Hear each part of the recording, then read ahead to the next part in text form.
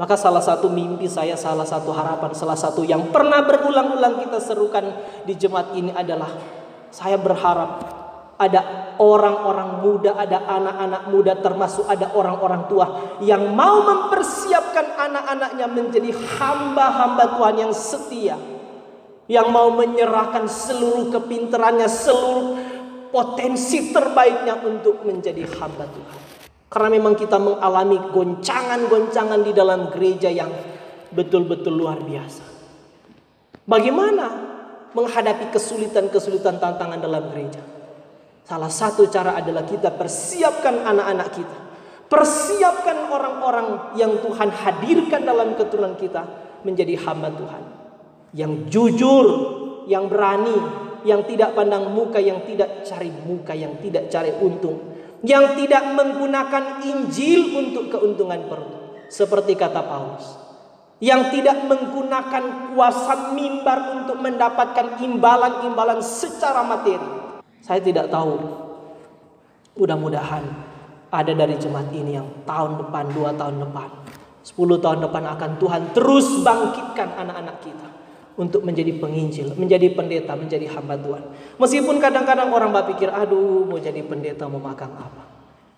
Lebih baik kita anak ini kan, kadang-kadang orang berpikir, ini anak tinggi, bagus, DP postur tubuh bagus, sudah saya masuk dia di tentara, polisi, STPDN. Dia pinter, aduh dia sayang sekali, kasih masuk di kedokteran, sudah masuk. Ini sedikit cacat, sedikit bodoh, sedikit malas dia jauh sekolah pendeta. Akhirnya produksi pendeta apa?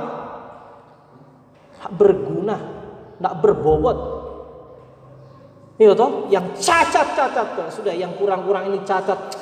Pemalas kuat dia, malas belajar, malas mereka, tidak terlalu bagus dia postur tubuh, sudah dia jatuh sekolah pendeta.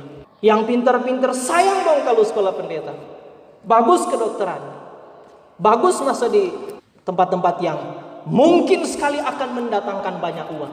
Kita bilang berapa minggu lalu, jangan mendidik anak-anak kita, jangan hanya mempersiapkan anak-anak kita menjadi orang kaya. Itu egois. Mempersiapkan anak-anak kita, menginvestasikan banyak anak-anak kita supaya kemudian hari mereka boleh membawa banyak uang ke dalam rumah. Itu egois. Mari kita menjadi orang tua yang mempersiapkan anak-anak kita menjadi orang-orang yang memberi sumbangsi yang bernilai bagi dunia, bagi kepentingan banyak orang, bagi gereja Tuhan.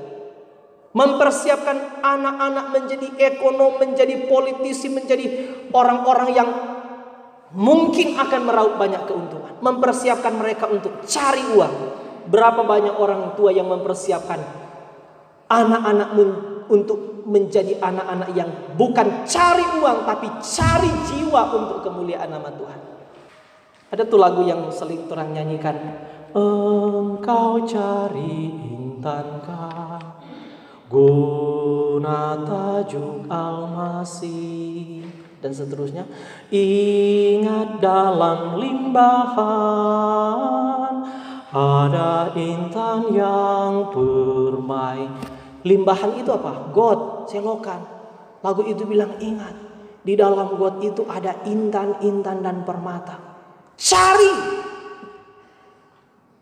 Biar cari lalu bawa guna tajuk sultan. Tajuk itu apa? Mahkota. Jadi kata orang petugas, cari tuh intan-intan permata di got itu, di selokan itu yang penuh dengan kotor, borok itu. Cari, ada intan-intan berlian permata di situ, cari. Untuk apa? Lalu itu jadikan perhiasan di mahkotanya sultan, yaitu Yesus Kristus.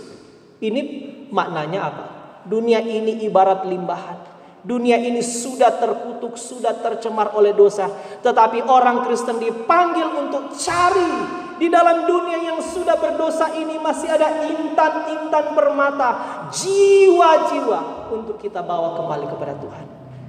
Kita tidak hanya mempersiapkan anak-anak kita cari uang, cari duit, tapi persiapkan anak-anak kita juga boleh menjadi hamba-hamba Tuhan. Tapi itu yang kita bilang tadi, selalu saja alasan pragmatis. Sekolah anak mau makan apa? 7 tahun kami tidak pernah kelaparan. Kelimpahan kau mau nyandang. Para kelaparan nyanda juga. Tuhan akan mencukupkan. Kalau Tuhan utus, pasti dia urus. Yang penting tulus. Kita ulang ya. Kalau Tuhan utus, pasti dia urus. Yang penting tulus. Itu DP kunci. Maka ada anak-anak muda yang waktu di katekisasi kita dorong. Kita lihat ini potensi, ini pinter.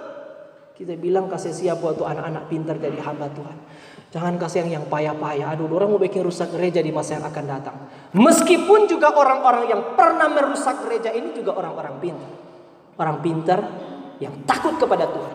Orang-orang pintar yang mau menaklukkan kepintarannya kepada Tuhan. Lihat kalau dia ada potensi, serahkan dia kepada Tuhan. Dia potensinya pintar sekali, berbobot sekali. Kita persiapkan dia. Karena begini, kalau orang yang tidak mempersiapkan anak-anak kita yang pintar, berbobot, rajin, setia untuk menjadi hamba Tuhan, akhirnya orang-orang yang menjadi hamba Tuhan nanti adalah orang-orang yang tidak berbobot, yang malas, yang tidak jujur, yang tidak setia, yang cacat-cacat itu yang akan mendominasi gereja Tuhan ini. Itu bahaya. Meskipun tentu kita sadar bahwa Tuhan juga selalu punya cara untuk membangkitkan orang-orang yang dia persiapkan menjadi hamba Tuhan. Saya berdoa semoga 3 anak yang Tuhan anugerahkan kepada kami. Ya kalau Tuhan mau panggil semua. Tapi tetap ada yang kami secara sadar secara sadar dan sengaja mulai persiapkan. Tapi terserah Tuhan. Kalau Tuhan panggil semua, terserah. Tapi orang persiapkan Tuhan. Ini sedikit pintar. Saya mulai melihat potensi. Ini punya kelebihan sedikit. Kita bilang yang bagus ini kita serahkan untuk Tuhan. Kita akan lihat potensi yang 2 anak kecil ini bagaimana. Kalau dia ada kekurangan kita tidak mau kasih, serahkan Pak Tuhan. Jadi hamba Tuhan. Karena kita tidak mau mempersiapkan yang gagal-gagal itu. Karena orang belum tahu kan bagaimana yang kecil. Meskipun secara fisik sempurna. Tapi nanti lihat perkembangan. Supaya betul-betul di masa yang akan datang gereja ini juga boleh dipimpin oleh orang-orang yang luar biasa. Menghadapi tantangan dan pergumulan zaman. Nah, saudara-saudara yang kasih dalam Tuhan Yesus Kristus. Itu harapan-harapan sekaligus dorongan-dorongan saya.